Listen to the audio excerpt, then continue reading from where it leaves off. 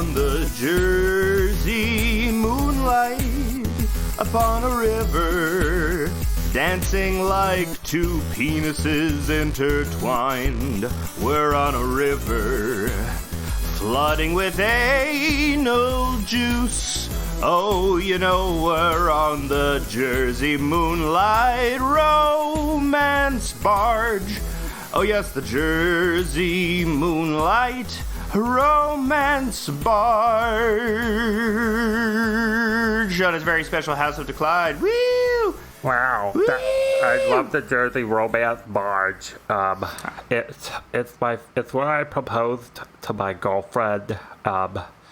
Because, well, we both like to play as garbage, and when we were first going out, sorry, I'm just I got a little bit of a cold. I feel like it's all the garbage you stuff in your face, honey. You know, that's what you do. Yeah, you know? We went on the New Jersey term barge with garbage, and that's where I proposed. So I really enjoyed your song. That's what I just wanted to say. I really enjoyed it. I really enjoyed it as well. You know, you don't hear the crooners anymore. You know, there's no crooners anymore. So I'm glad we're getting them back. You know, the Bublé's. You know, they're not doing originals though. So this was emblematic of our garbage love. Yeah. The thing about the crooners is that sorry, my nose is stopped up. You have to stop putting all those used tampons up there, honey. Well, I know we're both garbage people. Yeah. Well, that's the thing is that she said no. She said no to my proposal. Yeah. And now I'm all alone. I said no, that's true. It's true. I still hang out with him, though. We're still friends. We're still friends, though. Because we follow each other on Twitter. We're MUFOs. That was a brilliant improvised sketch comedy. New characters. Stopped up nose guy and barge girl. And barge girl. Large barge. The New Jersey garbage barge. The New Jersey romance moonlight garbage barge. Yeah. Steven, you're back. Thank you for having me. I feel like a special guest on my own show. You're a special guest. And you've been away because you've been doing something very cool, which is raising a baby. Oh, that too. Yep. Also doing that. Well, it kind of is like working out. You have to rock back and forth out for hours and hours with like an 8-pound weight. You're rocking back and forth, trying to get the weight to go to sleep so you can go to sleep. And you're completely sleep deprived. You're totally exhausted, and you have to get up, and you just have to go, I'm rocking you back and forth so you could go to sleep. Yeah. So I could go to sleep for 30 minutes. Oh, 30 minutes of sleep sounds wonderful. It's like you're doing repetitive actions in a fugue state that are, working out your long endurance muscles. You know, it's like a Muay Thai. You know how they do those Muay Thai camps where it's like these Muay Thai. It's Muay Thai. Muay Thai. It's Johnny Simba's Muay Thai shack. Did you want to learn straight up New Jersey Muay Thai? New Jersey style Muay Thai? We will teach you. It is knees and elbows, but we have special caps for the knees and elbows that are made of guns. Yeah. Do you like drinking wine out of a Coke can? Come to New Jersey Muay Thai. You will learn how to do martial arts and drink wine from a Coke can. We'll do it all over the place. We'll be elbowing your eyes and ribs. So, yeah, it's like you're at New Jersey Muay Thai constantly, and you're elbowing the eyes and ribs of yourself. And you're in that state of brutality constantly. Yeah, it's a state of brutality. That's what raising a newborn is like. It's like, metal is often like brutal. Like real metalheads like to define or categorize metal based on the brutality of the riffs. And raising a newborn is right up there with some of the sickest and most depraved metal bands. Do you get Eraserhead now? No, not really. Kidding, I mean, I guess I had a beautiful baby with no deformities whatsoever. That's nice. Oh, well, not knocking the deformity babies. They're beautiful, too. But But if you have the eraser head baby, it's a struggle. I mean, if you have a little worm as a baby, then you're gonna have a weird time. It would be funny if someone just has the eraser head baby and they're like, they're an indigo child. Well, my child is a Leo sun, Leo rising, Aquarius moon. Which means her individuality is strong, but also that means that she's going to be a leader and everyone will look up to her, but she's going to be off the beaten path. Just a little bit. Also, her skin is made of bandages. And her Actually, her skin is peeling right now. Newborns go through a peeling phase. That's pretty cool. They're shedding their skins like snakes. I mean, it's actually the skin is actually okay comparatively. Like some babies get all kinds of baby acne.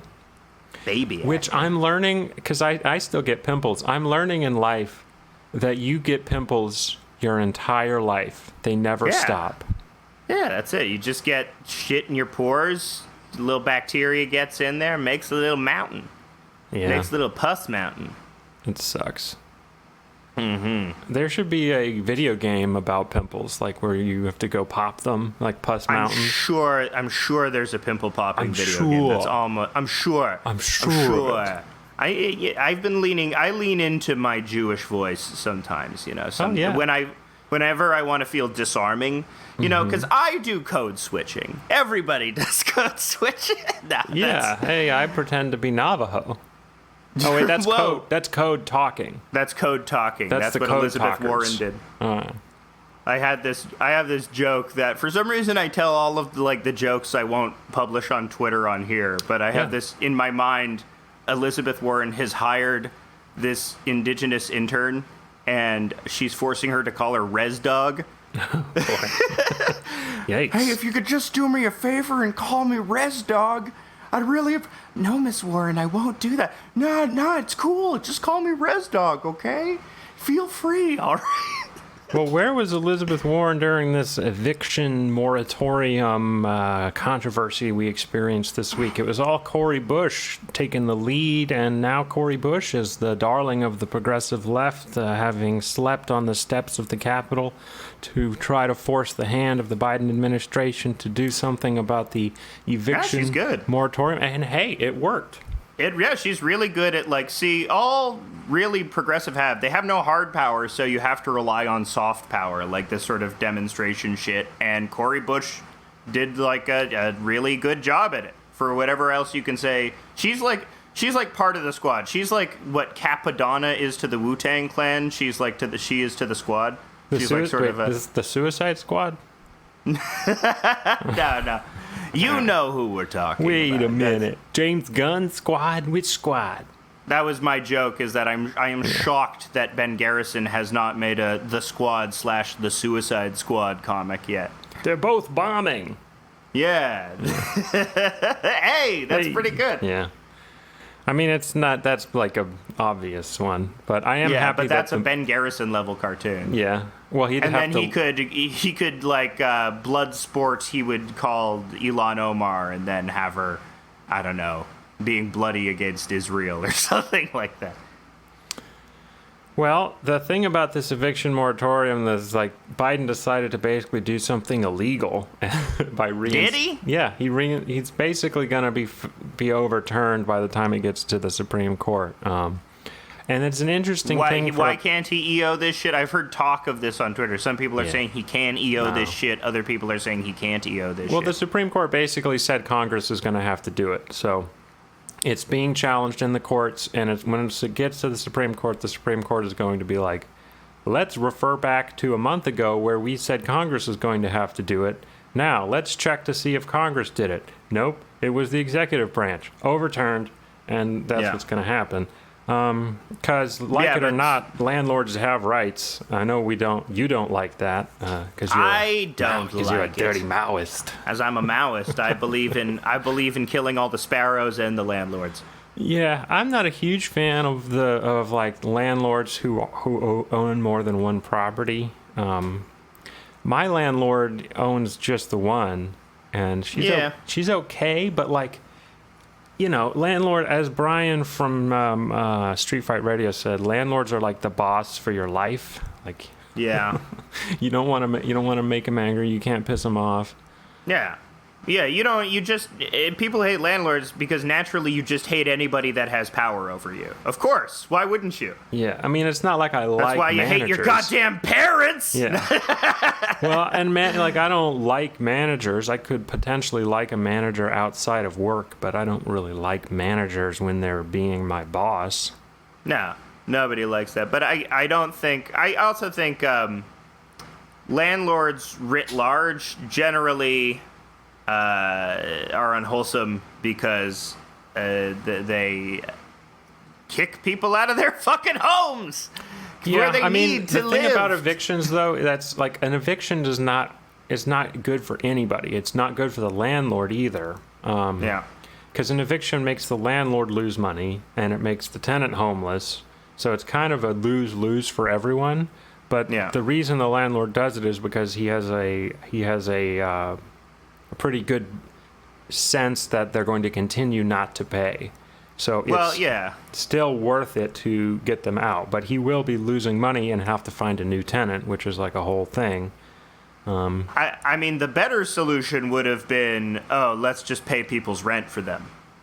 Yeah, or some kind of like bankruptcy law, some kind of law that like if you can't pay your rent, you can go to court and the court system will work and you can reach a settlement.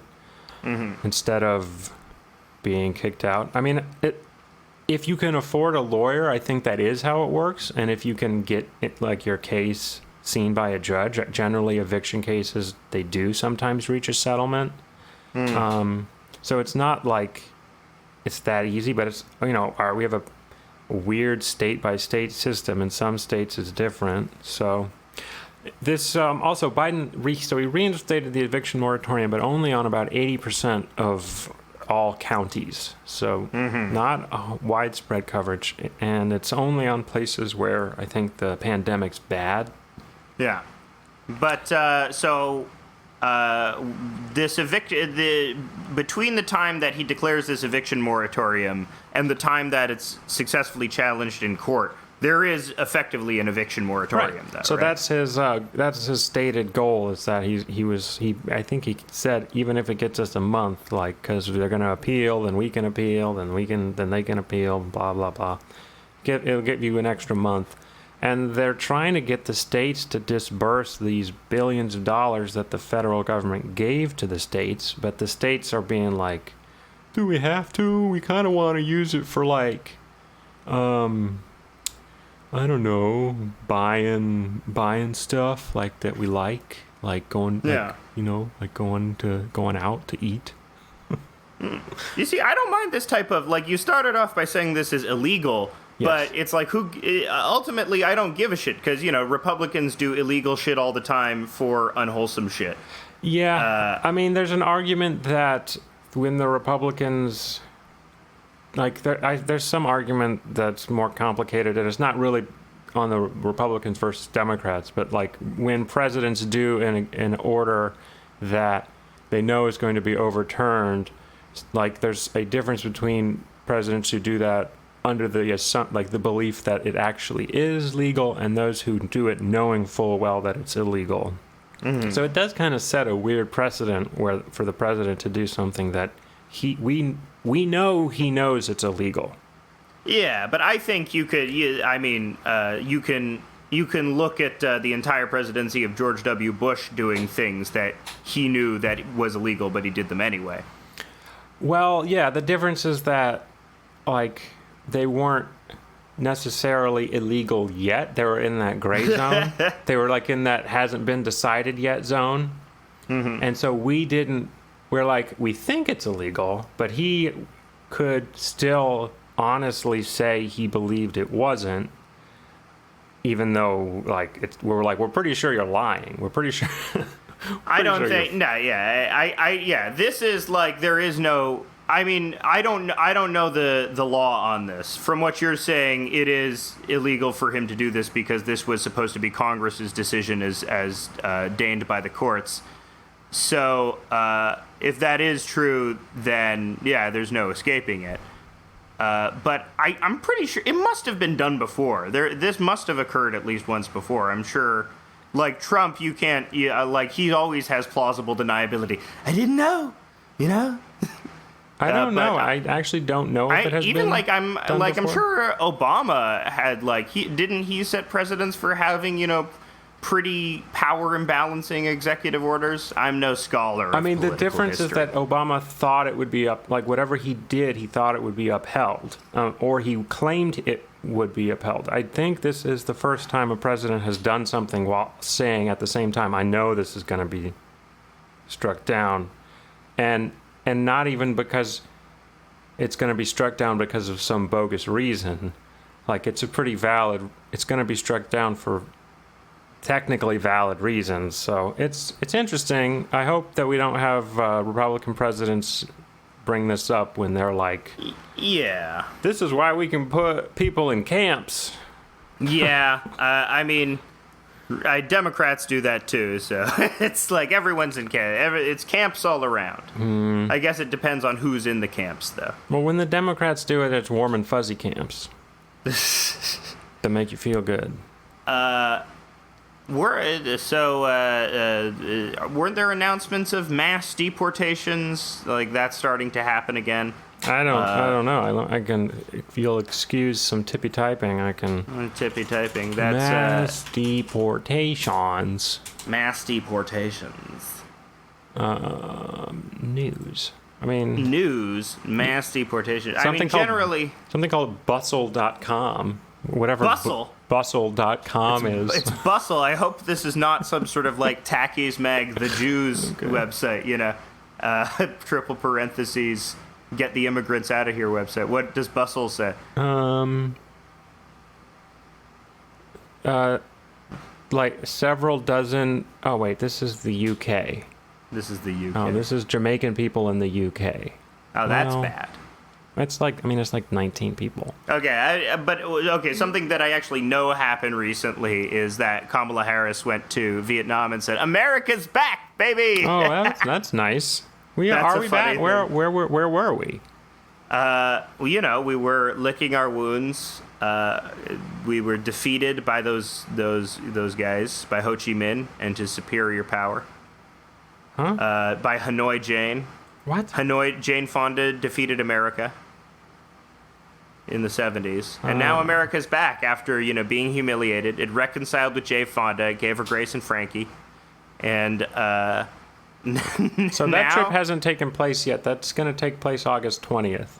August 20th or when the deportations are going to occur? No, her trip to Vietnam. Oh, her trip to Vietnam. But in the statement leading up to her trip to Vietnam, she said, "America's back," which everyone was dunking on, saying doesn't she mean back from COVID? Supposedly. Like now we're going to order more. We're going to get the supply chains going. We're going to order more plastic. Yeah, we're going to have more Paw Patrol figurines. We're going to get those Paw Patrol figurines from Vietnam. Yeah, crank up the injection mold machines, Vietnamese factory workers who are sleeping in tents so that they can continue to make goods for us to buy very cheaply because America's back. America's back, baby. That's another chapter in Joe Biden getting Kamala to do all of his PR dirty work. How he just sends her, "Now, Kamala, listen here. You're going to go to the border, and you're going to tell them fuck off, okay? That's what I need you to do, okay?" Joe, I don't know about that. I think that could be a good idea. That's not a good idea. Now, Kamala, listen, you small woman. Wow. Okay. Damn, he is crazy. He's mean to her. He's very mean in my headcanon, and she just takes it because she's just waiting for him to die, just slowly poisoning him. Oh, he's never gonna die. He's eaten so much ice cream, which is the secret to a long life. I try to tell my wife that. I say, "Hey, I gotta eat some ice cream so I can live longer," and she won't let me have it because she wants me to die. Is Joe the ice cream man Biden? Well, my dad, he could really suck some ice cream down, He could really have a vanilla fudgy. He could really lick him licking those vanilla fudgies all the time. When I eat ice cream, my leg hair turns blonde. Joe Biden's not as funny as Donald Trump, because nobody could ever be, but he's funnier than Obama. Okay, how would you rank the presidents of your lifetime by funniness? Trump's the funniest, then Biden, then Clinton, then Bush, then Obama. Obama was, I guess Obama's... H.W. Bush? No. Technically, you were alive for H.W. Bush. Well, okay, I don't count him, though. I wasn't cognizant. I guess Obama's funnier than Bush. I'm remembering some of his speeches at the press correspondence dinner, but I think those were written for him. No, but Obama, how funny they are to make fun of, or because Trump is interesting, because I was having this observation, because he is both he's intentionally the funniest president of all time, like he's actually a funny person and can tell a joke, but he's also unintentionally, because he's also lacks any self-awareness, so he's just, this throttling ball of shame and constant, wanting and degraded greed and impurity, which is why he's just such a wonderful person to follow constantly. Biden is never intentionally funny. No. He's always unintentionally funny, though, because he's a baby's day out man. He's just always being positioned and, walking on girders and somehow making it out alive. Clinton's funny. Clinton could crack a joke occasionally. He's charming. But he's also unintentionally funny because he just has that voice, and, they were making a lot of McDonald's jokes in the 90s. Obama, he was intentionally funny, but in that very sinister way. Yeah. I got professional joke writers. They did it for me, and I can deliver these things, but I don't think Obama could come up with a bon mot himself. Well, got these Jews to do it for me. He was like, so I have some words for Malia's boyfriend tonight. 2 words, and that is predator drone. Do you remember when he did that? It was like, what? No, that's fucked up. Yeah. That was a joke? Yeah, he did that joke. He did the classic, I'm gonna get my daughter's prom date, I'm gonna put a shotgun to his head. But he did that joke, but only with an international war crime device.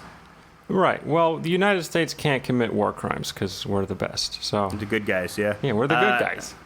That's what happened recently. There was the anniversary of Obama's only scandal, his tan suit. So Biden wore a tan suit in solidarity. What was the tan suit scandal? Obama, it wasn't a scandal. Obama just wore an ugly tan suit. Apparently you shouldn't wear a tan suit because it makes you look like a big jar of peanut butter. Yummy. Ooh. Yeah, and so Biden, knowing like some cynical PR person, some, Pod Save America intern type, probably said to Biden, Joe, can I call you that, Daddy Joe? Can you please wear a tan suit? Because the internet would love it. Lin-Manuel Miranda would love it. Lin-Manuel would love it if you wore a tan suit. Paid homage to Obama. They would love it. And so he did. He wore a tan suit in solidarity to commemorate Obama's only scandal. Of course, that was not Obama's only scandal. Wow, You tell us about his scandals. I'll tell you the truth, liberals. You've been living in a fantasy world if you think your Barry Obama is blameless. If you think he's a champion of human rights. He's actually Murder Man. He's Captain Murder Man, like all presidents. You have to take the Murder Man oath. You think that one president who died 30 days in did any, murders or war crimes? Maybe himself? Nah, he war crimed himself. It'd be funny. He's he's dying of the. He basically got dysentery from cherries, I think. No, wasn't it that it was he caught pneumonia because his inauguration speech was in the cold of winter and he refused to wear anything? Was it William Henry Harrison? Is that William Henry Harrison died in 30 days, and I think it was from the pneumonia he caught at his inauguration speech. Yeah, I think that could be apocryphal. Who got dysentery from some fruit? That's a good way to die. Shortest presidency. His major presidential accomplishments included bombing the. Oh, no, never mind. No, he didn't drone bomb Yemen. William Henry Harrison did not drone bomb Yemen. Obama drone bombed a lot of places, not just Yemen. And Obama didn't drone bomb Yemen technically, but he backed the Saudi invasion of Yemen and the slaughter there and donated a lot of weapons. To be more precise. Well, I mean, to me, his scandal was the extrajudicial killing of an American citizen who was a terrorist. Yeah. And his children, who were also American citizens. So that was, to me, Obama's scandal. That's the one I bring up. That's the big one. Yeah. Yeah, that's a pretty I'm telling you, Barry, to borrow some lingo from the kids, you put the extra in extrajudicial killings. Oh, thanks, Joe. Never talk to me again. Yeah, I mean, we have laws for a reason. You're not supposed to assassinate an American citizen without a trial. Well, let me tell you something, mister. The cops! Okay? Oh, yeah? Yeah. Okay. I tell that to the fucking cops, Yeah, they're not buddy. supposed to do that either. That's why everyone was not protesting. Yes, that was the reason. So I think that we can agree is that neither of us are fans of state killings unless they're against people we dislike. No, I'm not a fan of the state ever killing anyone, even the death penalty. I am a fan of you know that weird Bobcat Goldthwait movie, God Bless America? I haven't seen it. So the premise of the movie is a guy, he's so annoyed by American Idol, he decides to go on a killing spree of killing only, like, very annoying people, like people that should, like, have sex too loud, and, like, people that watch The Big Bang Theory and stuff like that. Wow, this is a current-ish movie, I guess. It's from a while ago, but it always struck me as it's a hilariously petty movie for that reason. Like there's actual problems in the world. Bobcat Goldthwait. I think that's part of the movie though as well. You know, the guy has that revelation in the end that he's obsessed with bullshit. But even still, that's what we should reserve state violence for, is just very annoying people. No, not even them. No one should ever die. And hopefully scientists, imagine, I want to live in a world where everyone is super old, no one dies, we all take care of each other. That's the only industry is just health care. Hitler should have never died. He should have fallen into a transcendentalist electronic world. He has no mouth, but he has only love. With enough therapy.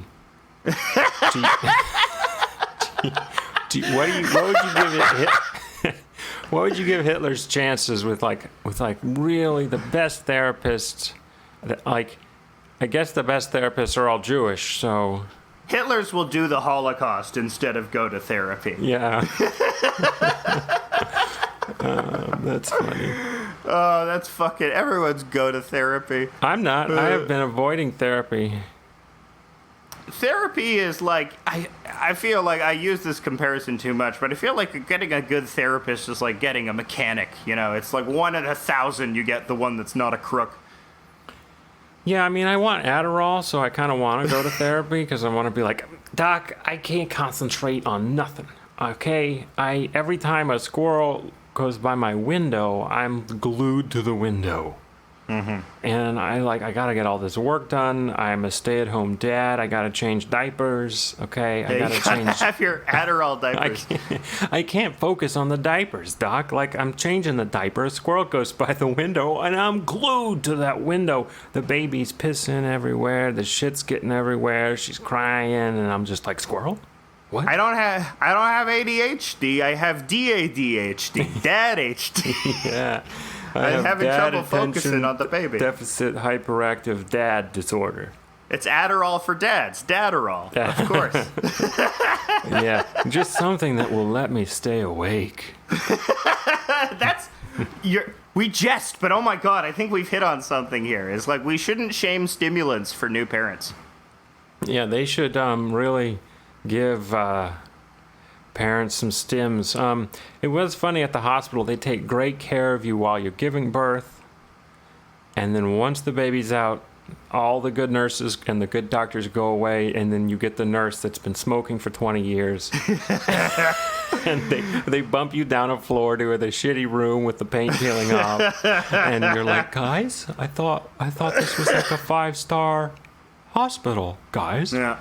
And then like a guy named Gary comes by, and he's really Fucking creepy. Gary. And Gary's Creepy like, Gary. I gotta just nick your little baby's heel and get some blood on the paper so the state has a record of her blood. And I'm like, Your baby's little heel blood. why is the state collecting everyone's blood? And he's like, I don't know. For their records. And I'm like, okay, great. So now the state of Michigan has got my baby's blood, and I'm gonna have to put on night vision goggles and train with the Michigan militia to get it back. Nurse walks in. Who was that man? Yeah. I don't recognize that man. No, It's the baby blood collector. Hospital was pretty good. The University of Michigan Hospital, I would say it's a good. The women's hospital is pretty good. We went to the children's hospital later that week for an ultrasound because she's got a little dimple, and those little kinds of dimples are like 0.001% of them are associated with something called tethered cord syndrome, which is when part of the spinal cord is attached to like your tissue, like your fatty back tissue. She didn't have that, it's fine. But the children's hospital needs a renovation. My goodness. I was like, Here you go, kids. I hope nothing ever is wrong with her so you don't have to come back here. All right, the halls are all like terrible cigarette-stained clown portraits. Well, so we did the ultrasound, and we had like a Ukrainian nurse named Irina. And Of course. The Ukrainian nurse Irina was like, so doctor has noticed that the tailbone is very close to surface, but everything is fine. Everything is fine. Do not treat her like she is handicapped, because everything is fine. Just make sure she does not fall out of 2-story building, okay? And we're like, oh, okay. Well, this was a fun day. Threw off our whole routine, of course. Much crying later because the routine was off. Yeah, being a parent is like making. Sorry to laugh at your pain. It's like a routine that you have to enforce. You have to be routine oriented. So. Yeah, or else you can't get the meager amount of sleep that you get. Right. I hear her crying. I hope Caitlin's doing okay. Too bad I have this very important podcast. Got this very important podcast. We can't let up on the commentary. No. What will our 27 listeners do if they can't hear my voice and instead a guest's voice? Very good show, by the way, with now I'm blanking Peyton? on the name. With wonderful Peyton. Wonderful Miss Peyton. Yeah, you guys called me an asshole, though, so... no, we were joking. We were joking. we were using jokes that's and a humor. friend demerit. You got a friend demerit. You're no longer number one in my friend pyramid. Which But is it your dumb wife now? no, it's it the baby? My baby is my number one best friend. I knew this would happen, Steven. The baby has come between us. Yeah. Baby plays Mario Kart with me. Oh, that's nice. I can beat her. I can also say scary stuff to her, and she doesn't get scared. Yet. That's fun. Yeah. It's nice that she can't conjure images in her head. Life is just a series of colors and sensations. Do you have any questions you want to ask me about the baby or the dad? I do have questions that I want to ask you about the baby. Like, do you have any time to like reflect on what a change this has been, or is it just go? I mean, the time to reflect on the change was like in the build-up, I guess. I mean, I haven't had time to reflect on it really, because it's going to change. Like, it's not going to be like this. Oh yeah, it right changes now very it's like rapidly. 3 hours of sleep, and then feed, and then so it's like sleep, feed, diaper change, sleep, feed, diaper change. Eventually, that's going to lighten up, and because as her stomach gets bigger, she can sleep for longer, and she can hold more food. Right now, the stomach is like the size of a walnut. That's interesting to visualize. Yeah, so you got to feed them constantly. You got to just dump milk into them. Have you had like how many cosmic moments Because I've seen your child, and she looks really like you a lot. Yeah, so have people you are had saying like a that it's cosmic getting on my moment as a nerves. result I was of at that? first happy, but now people are calling her Lady Steven, and I don't like that. No, no, she's different. Yeah, she's not She a has copy a different of me. life. She's got a better nose. She got a better schnoz. Get better schnoz. And she's not going to inherit my Scorpio temperament, which is very good.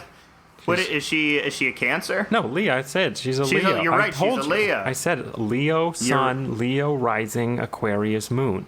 You're right. I was You're not right. lying. Leos are good. Leos are generally. I'm a Cancer, and we're trash apparently. Yeah. We're low tier sign. Yeah, because we're like- emotional bitches. Leos are leaders. She also shares her birthday with a lot of powerful women actresses like Elizabeth yeah. Moss. Hell yeah. Yeah. Hell yeah. So that's very fun. Wait, who's Elizabeth Moss? Peggy from Mad Men. Oh, Peggy. Peggy from Mad. I'm confusing whatever her the with main Elizabeth character Banks. of Handmaid's Tale's name is. Right. Handmaidy. Handmaid number Handmaiddy one. Johansson. It's off-red. I know it's Joe off-red. Handmaid. Joe Handmaid. Hey, what's up? It's me, Joe Handmaid. I'm under an oppressive regime that suppresses my femininity and forces me to give birth under pretense. It's hell. It's living hell. And that's the way we're going with Drumpf in office. It's me, Joe Handmaid. Trump. Oh, man. Drumpf. So we covered Tan Suit Obama. I'm still interested in like baby questions. Oh, baby questions. Are you now going to do the thing, or have you developed an instinct where if somebody who has no kid says like, well, I think they should do this with parenting, you're like, well, you don't fucking know, asshole. Not have yet. you developed any of that instinct? No, not yet. It's too early for that. I mean, I'm looking forward to it. I'm looking forward to lording it over people. Yeah. We stopped seeing the first pediatrician because he was like, he graduated from, or he finished his residency last year, so he's very fresh. Fresh And pedio. The first thing he told us, we were like, this was like the second day checkup, because you got to take him back to the pediatrician like the second day. They make sure everything's fine. And he was like, oh, yeah, I know what it's like not getting any sleep because, you know, I just got a puppy and I couldn't put it down. And we were like, oh, you just got a puppy. Wow. Yeah, I bet you have that like searing anxiety when the puppy cop like spits up and you're like, is it dying? Oh my God. Yeah, I mean, that's what I said. I got a puppy. I have raised a puppy. And the thing that I often say is, the cops don't investigate you if your puppy dies. You know? I mean, the cops don't investigate you if your puppy loses too much weight. Like, if you're not like, you know, so she was 11% underweight by like the third day. And they're only, if you go further than 10% underweight, that like triggers the pediatrician to be like, okay, you got to start supplementing with formula. So Yeah. we then had a flurry of pediatrician's appointments, but everything turned around. And so we went back like the next day for a weight check, and she had gained 3 ounces, which is There you like go. unheard of. Babies really only gain an ounce a day at their peak. It's yo-yo diet baby. You So know? then the next pediatrician, we saw a different pediatrician because we didn't like the puppy guy. And the second pediatrician was like, gained 3 ounces overnight. Maybe something was wrong with the scale.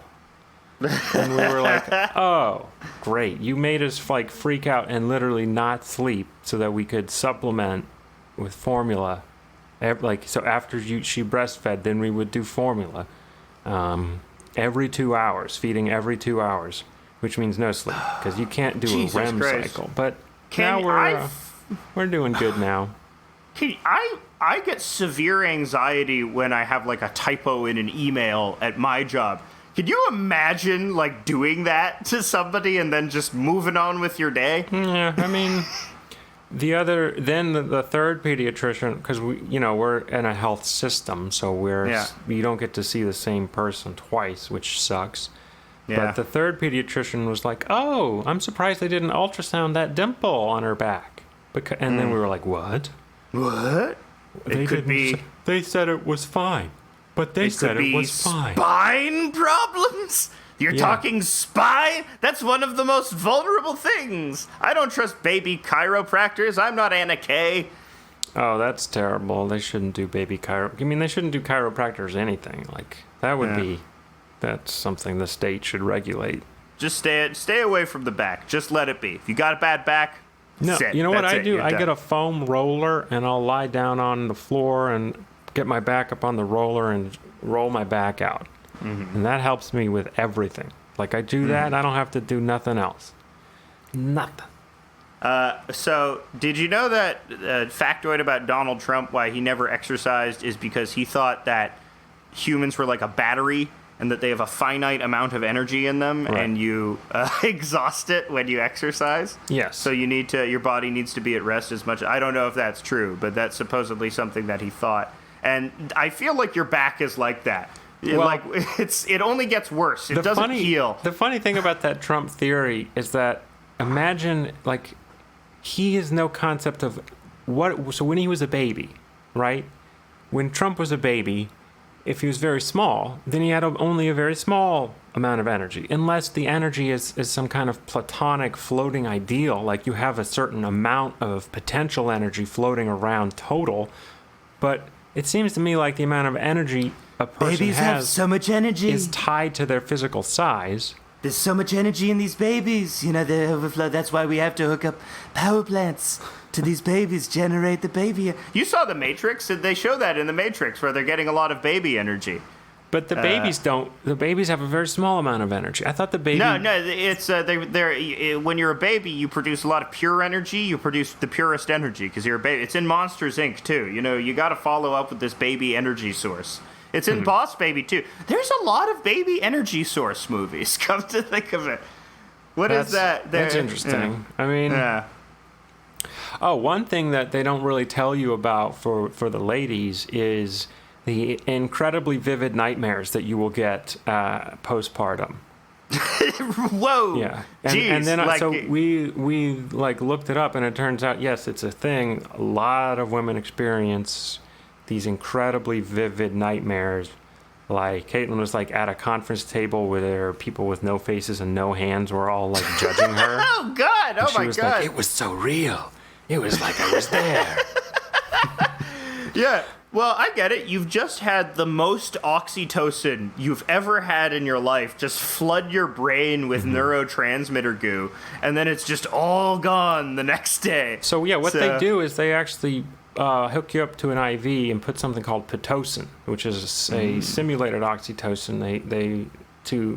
Because a lot of first-time birth givers, their labor can stall, like, and the oxytocin generation can plateau. So they hook you up and they make sure that keeps going. They pump you with oxytocin.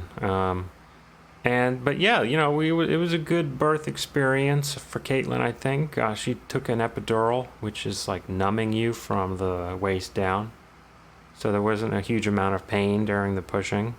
And we got like a really awesome nurse. Like I was saying, we got the good nurses beforehand. We got like this amazing nurse who did like a 4-hour massage. Gave her like a 4-hour massage. Great nurse. 4-hour massage? Yeah, it was pretty nuts. That's tight. The nurse I was... bet that's like, that's one of the more relaxing jobs at the nurse factory. Like, you'd rather be massaging a pregnant lady than, emptying out a colostomy bag. I mean, it's maybe, I don't know. There's poop can be involed.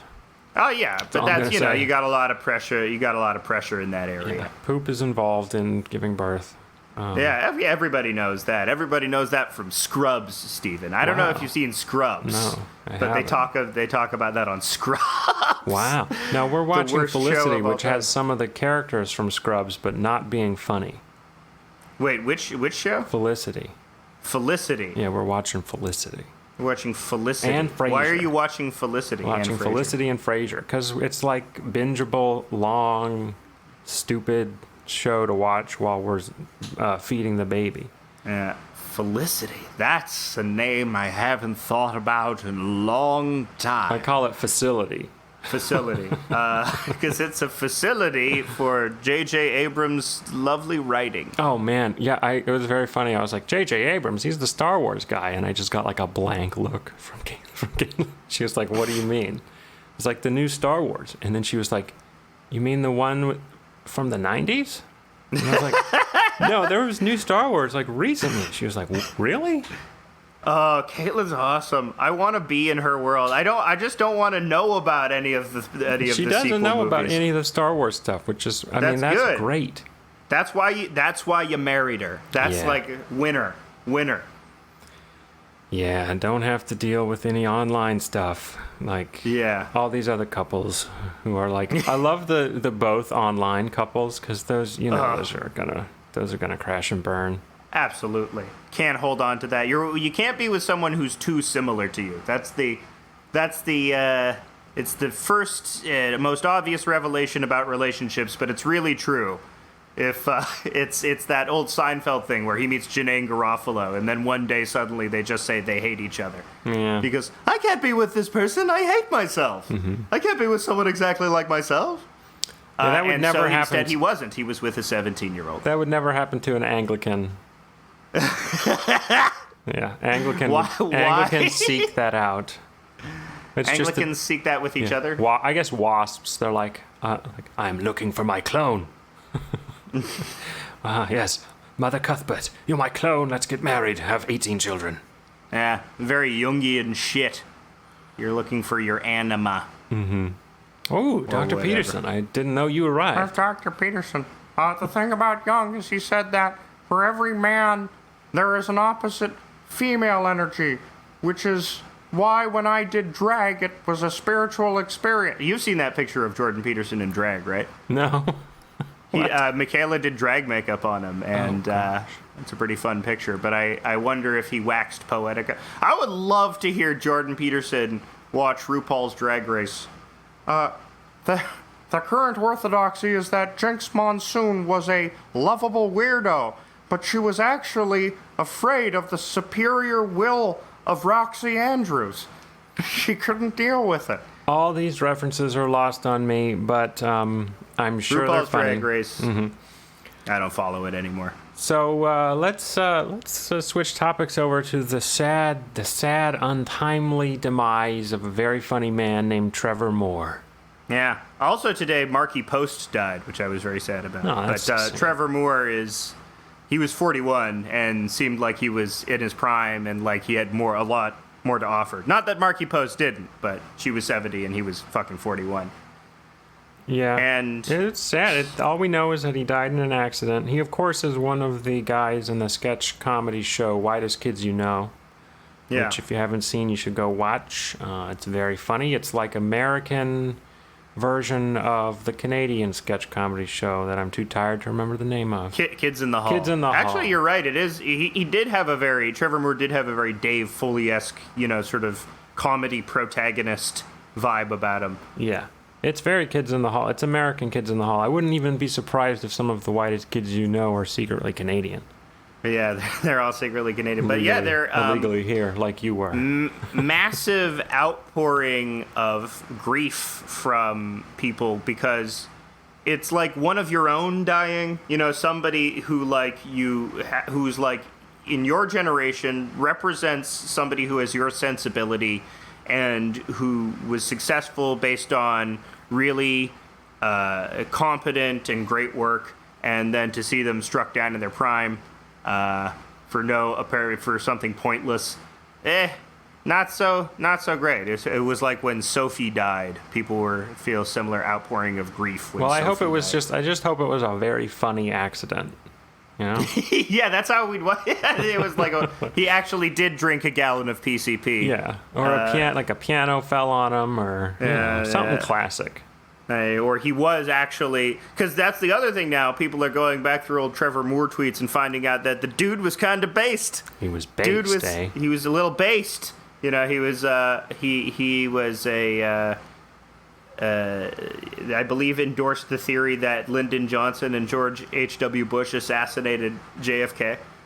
Or maybe if he at least joked about it. But There are some whitest kids you know sketches, which are, for the lack of a better phrase, woke.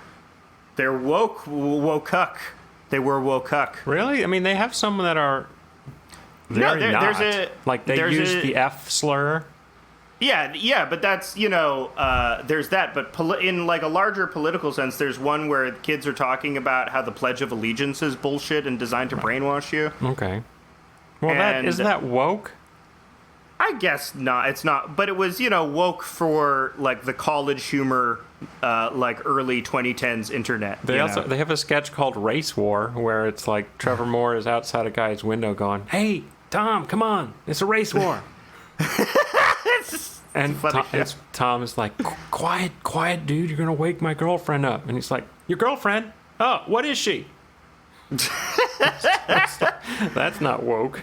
Well, yeah, I don't think it's not. But the joke isn't that it's funny to hate black people. Well, I guess that is the joke. Is that it's a race war is a funny concept.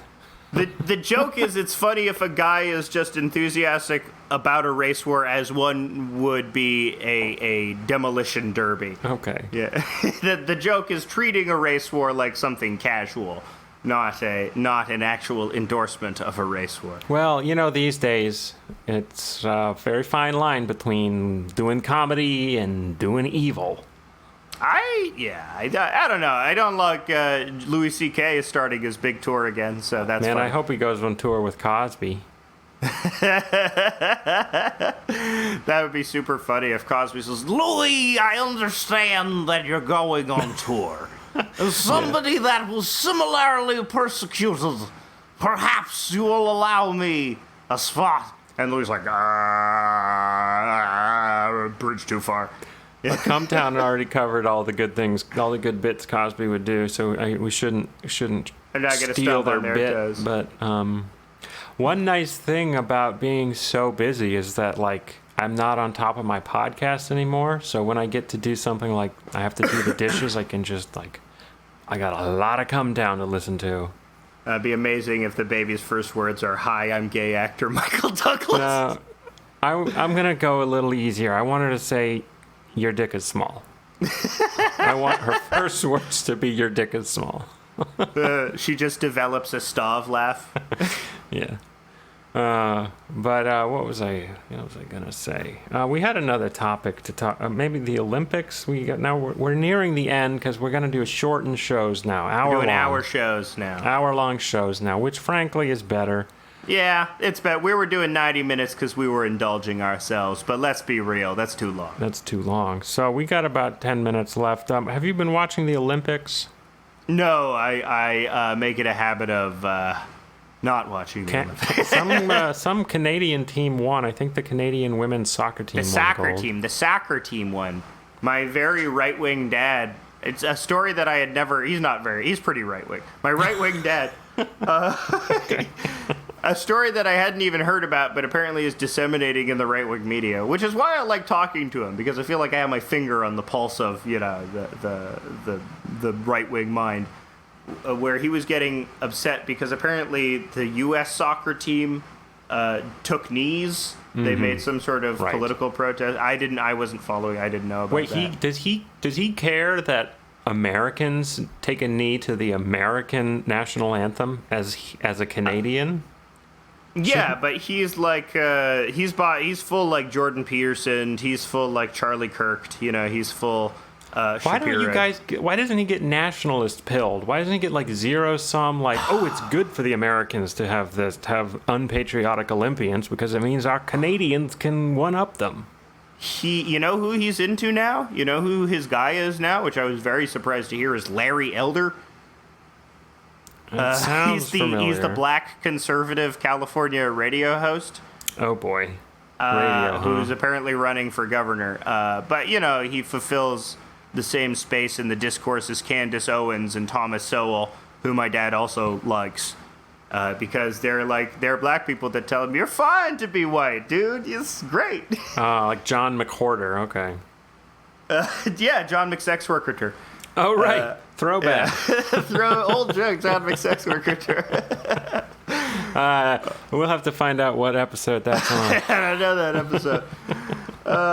But yeah, so he likes black people soothing him and telling him it's not his fault. So that's why he's latched on to Larry Elder. I actually, for some reason, someone had posted something about Keith David today, and so I watched an episode of him from the weird-ass 6th season of Community, and the clip that I happened upon was him saying that he got addicted to encouraging white people, because he was like a Silicon Valley guy in the 90s, so they were either going to shun him or... the observation that Keith David's character makes is that white people are discouraged, especially by each other. So if they just have like a nice black guy telling them it's okay, then you can make a living off of that. That's a crazy thing. That's like a weird. Well, I mean that's funny. Yeah, it's funny when Keith David. Is he joking? No, that is a joke. Oh, okay, that is good. obviously Thank goodness. That's not played for seriousness. But that is a thing. It's like there is in Key and Peele sketches, there is a type of black dude who enjoys to comfort white people. The Key and Peele has a sketch about the black dudes vying for position as the only black dude in the Glee Club choir. Which Bo Burnham is also in that sketch. He's pretty funny. He's pretty funny as a gawky white guy. Yeah, Bo Burnham, the gifted kid gone wrong. He is a gifted kid. Yeah, I refuse to watch that. I'm not going to watch the special, but I do think he's funny. Like in stuff where he's not guiding the material and making it super histrionic. I think he's a pretty talented comedian. He's like, his whole bit is like he makes a cum sock and then he does a sock puppet and then he cries, right?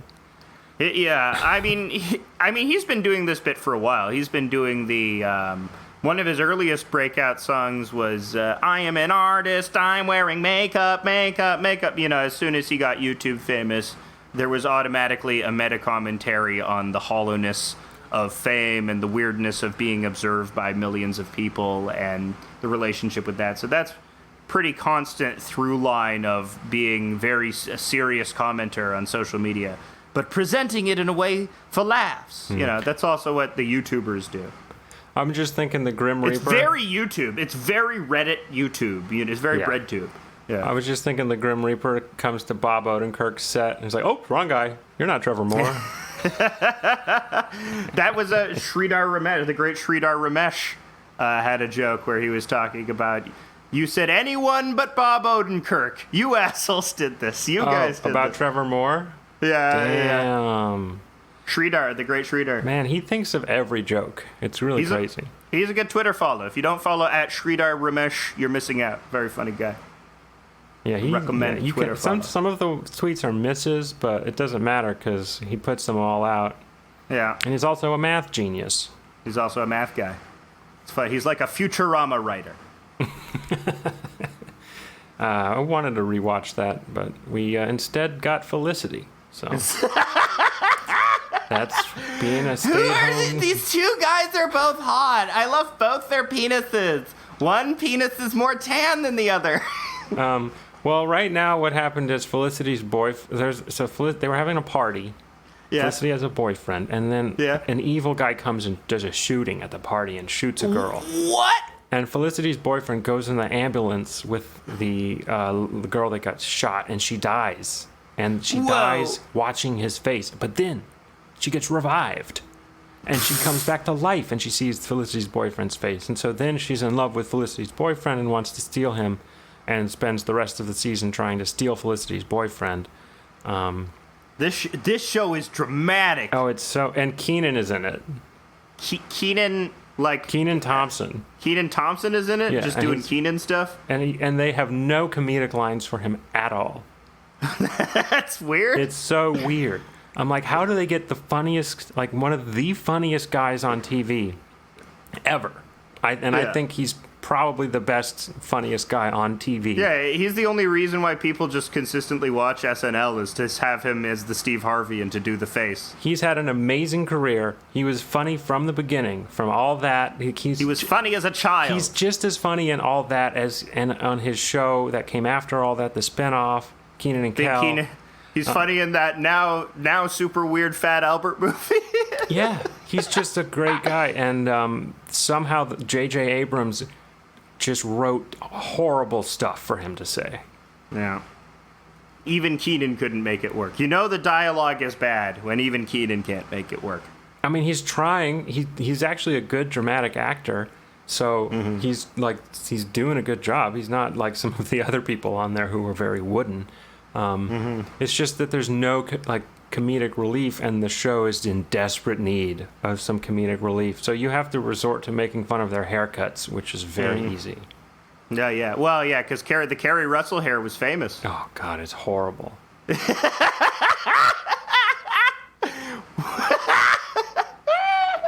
It was so popular. Everyone had that fucking haircut. It was the Felicity was as popular as the Rachel. There's like a timeline of like horrifying white girl haircuts in the 90s. And the Felicity was one of them. The Felicity immediately preceded 9/11. And some would say caused it. Yeah, that's why Osama, the last straw was the haircut in season 2. That's what he couldn't take these decadent Americans anymore. Well, let's wrap it up. Are there any other I don't have any other topics written down. I don't have any other topics other than it's nice to see you with the baby. It's very cute, and I love it. And your appearances on the show are probably going to be staggered for a bit. You know, you'll take a week on, or you're going to do a week. Oh, no, you might do a weekly. Caitlin thinks it's good for my mental health, so. I think it. I miss it when you're not on the show, Yeah. Stephen. It's You're my guy, you know. Oh, thanks, Alex. I mean, it's the only time I talk to anyone else besides Caitlin. So Yeah, it's probably an hour a week to maintain sanity that Right. you publicly put out there for some reason is like probably good. yeah, I think we can keep going. But yeah, it's gonna be an hour now. So and I hope you guys enjoyed the 90-minute episodes. They're not coming back for a while until Nope. my Till the child baby's is in out of- school. Yeah. Yeah. In 20 years. Yeah. All right. Still Bye doing bye. this podcast. Bye.